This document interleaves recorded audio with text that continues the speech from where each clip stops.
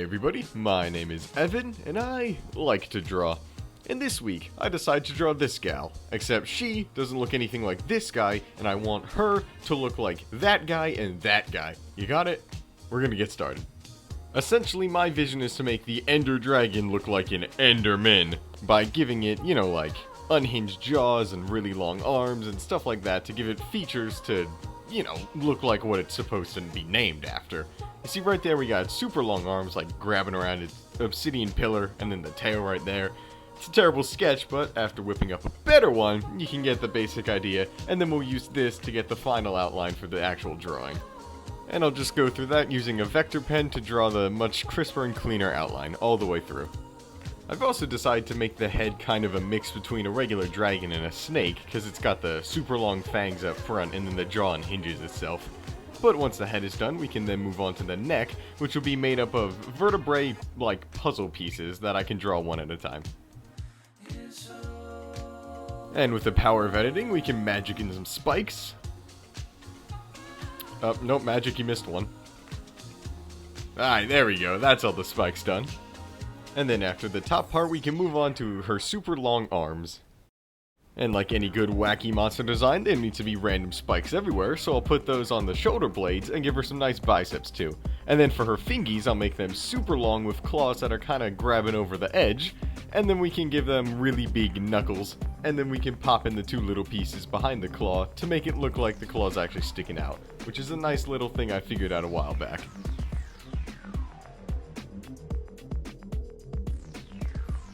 And unlike the in-game counterpart, we'll give this one a thumb. Ooh!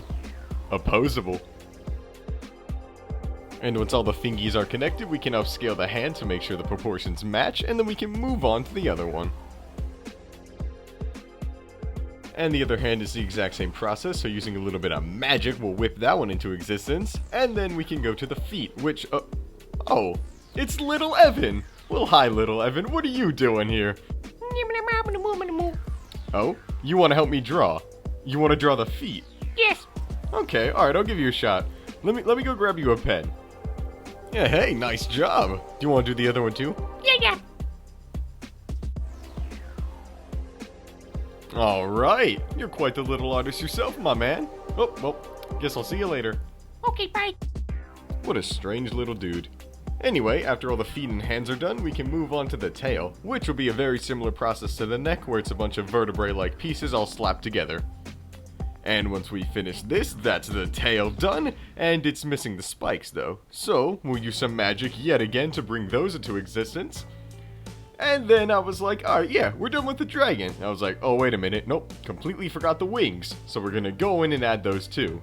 And then the tips of the wings will have spikes just like the rest of the dragon, and also the parts that connect to the back will have more spikes too.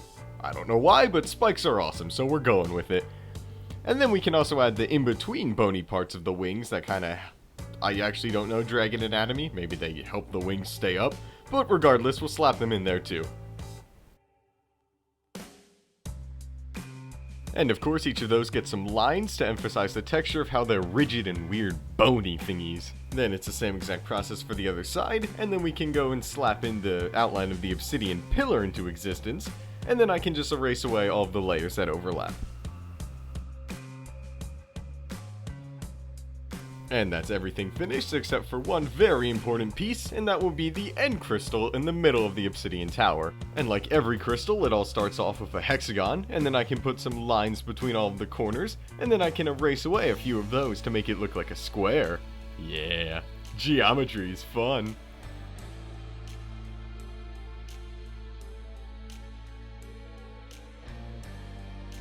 And through the power of math, we have a beautiful little floating cube, which I can then add some spiky little glass texture in between all of the squares, and then I can add some bumps around the edges to make it look even more crystally. Yeah. And then I can duplicate that and give it the other ring, and then I can do the little block in the middle, which is the exact same process, except it's got these weird little Minecraft symbols in. I don't know if they're real, I don't think they are, so we're just gonna call them Minecraft Jibber Jabber.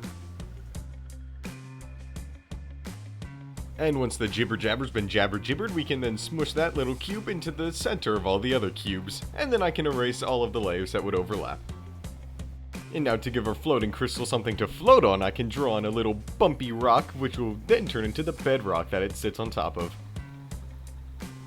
I'll add some little bumps around all of the edges so it looks like it kind of blends in with the obsidian pillar, but it's also like it's just sitting on top. And once that's done, that's the outline finished, and we can move on to the coloring. For the coloring, we're Oh, little Evan, you're back.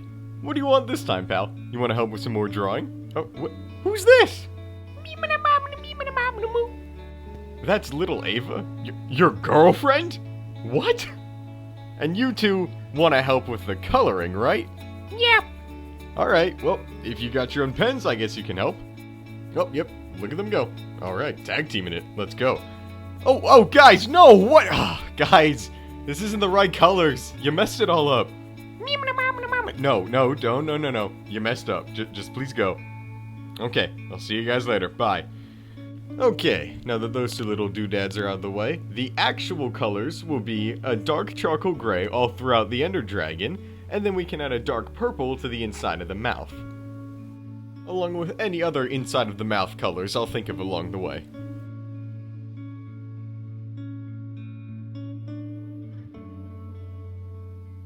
As for the little fleshy bits that keep the jaw from breaking off, I can give those a lighter purple on the one in the front and a darker purple on the one in the back. Because shadows and perspective, ooh. And then like the original, the bony bits around the wings will get a much lighter gray than the body color, and I can slap these on both sides too. And then the inside of the wings will be a darker purple, kind of similar to the mouth color. And then after that's done, I can then put on a black gradient towards the middle, so I can add some nice shading that looks natural onto those. And then the horns on the head get a much lighter gray, the lightest we've seen so far, and this will also be the same for the fingies, the horns on the tail, and the teeth.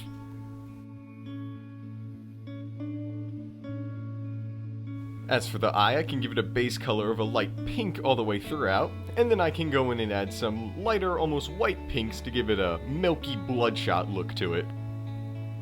And then with all the base colors finished, I can go back and add all the shading, which will be random little flicks of lighter and darker grays all along the dragon to bring out some texture, and then the same for all of the other colors just in their respective colors, so the purple gets lighter and so on.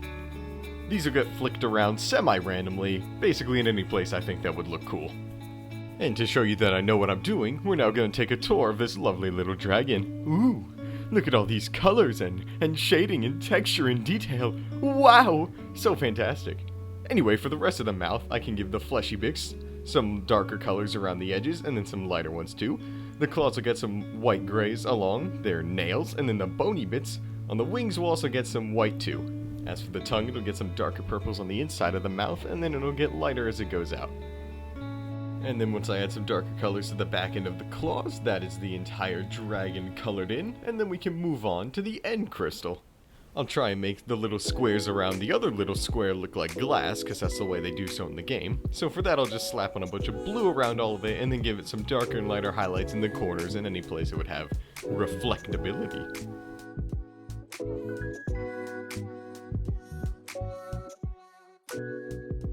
And the little jibber jabber block in the middle will get dark purples all around the edges, and then some pinks near the little mysterious words. As for the bedrock spot, I'm going to start by flicking around a bunch of dark grays and whites all around in line patterns, and then once those are all set in place, I can then take a darker gray and drag it along the back so it looks exactly like it does in the game. And once that's done, we can fill in the obsidian pillar with the oh so exciting color of black. But I can then go and add a bunch of little specks to spice it up and make it look like the block like it does in the game. And here's where the creative liberties come in. We're going to take some crying obsidian and then splatter some of those bright purple cracks all throughout the pillar.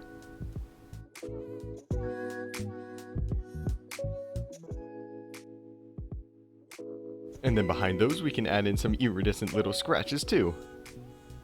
And then we can slap in the background, which is just black with a little bit of purple. And then we can take a brush that will add some little star splatters to the back to give some more little detail. And then to add in some lighting, we can give little blotches of light pink purple around the dragon's mouth, and then I can smudge those together to make it look like she's glowing. And then we can add some little light beams shooting out from the end crystal as well, and then we can also smudge those down.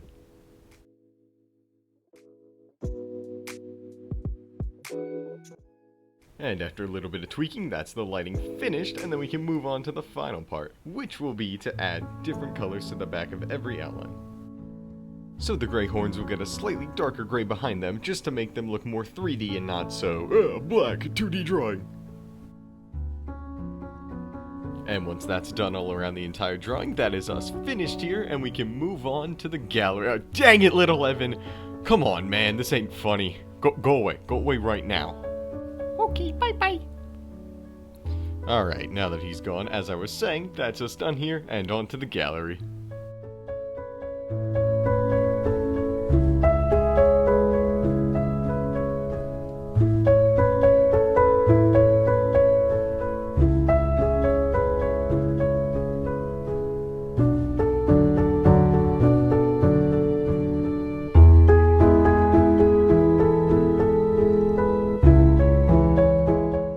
I hope you all enjoyed me making the Ender Dragon look like an actual Ender thing, and if you liked it, maybe I'll do some more Minecraft stuff. Anyway, thanks for sticking out till the end, guys, and I'll see you later.